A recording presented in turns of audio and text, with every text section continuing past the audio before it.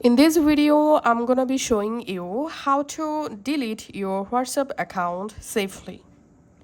All you have to need, go to your WhatsApp app, and before deleting your WhatsApp account will be best if you backup your WhatsApp. So tap on this three dot and go to your WhatsApp settings, tap on chats, tap on chat backup. Select a Google account, which account you want to backup your WhatsApp, and then just enable include videos and then tap on backup now. That's how go ahead and backup your WhatsApp. Now to delete your WhatsApp account, tap on this three dot and go to your WhatsApp settings.